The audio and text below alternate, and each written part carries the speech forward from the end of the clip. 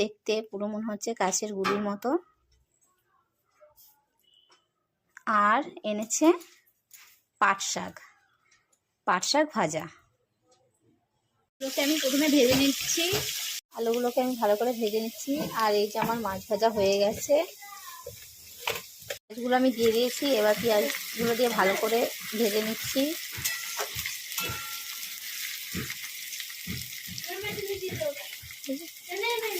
দিয়ে দিলাম টমেটো কুচি।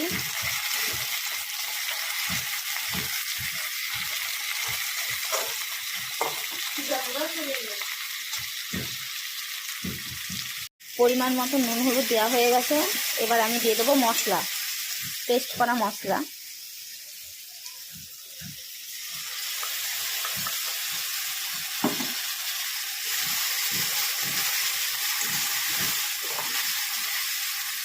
মশলাটা দিয়ে আমি ভালো করে কষিয়ে নেব। শাক ভাজাও হয়ে গেছে, মাছের তরকারিও কমপ্লিট। আজকের মেনুটা কেমন লাগলো অবশ্যই তোমরা কমেন্টে জানিও। টাটা। আমি প্রথমে ভেজে নিচ্ছি, আলুগুলোকে আমি ভালো করে ভেজে নিচ্ছি। আর এই যে আমার মাছ ভাজা হয়ে গেছে, মাছগুলো আমি দিয়ে দিয়েছি। এবার পেঁয়াজগুলো দিয়ে ভালো করে ভেজে নিচ্ছি।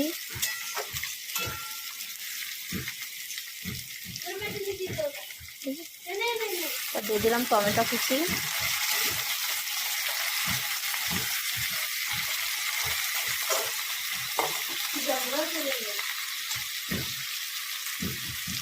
পরিমাণ মতো নুন হলুদ দেওয়া হয়ে গেছে। এবার আমি দিয়ে দেবো মশলা, পেস্ট করা মশলা।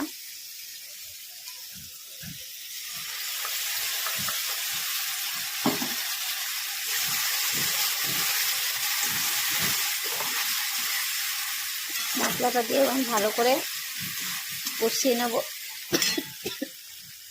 শাক ভাজাও হয়ে গেছে, মাছের তরকারিও কমপ্লিট। আজকের মেনুটা কেমন লাগলো অবশ্যই তোমরা কমেন্টে জানিও। টাটা।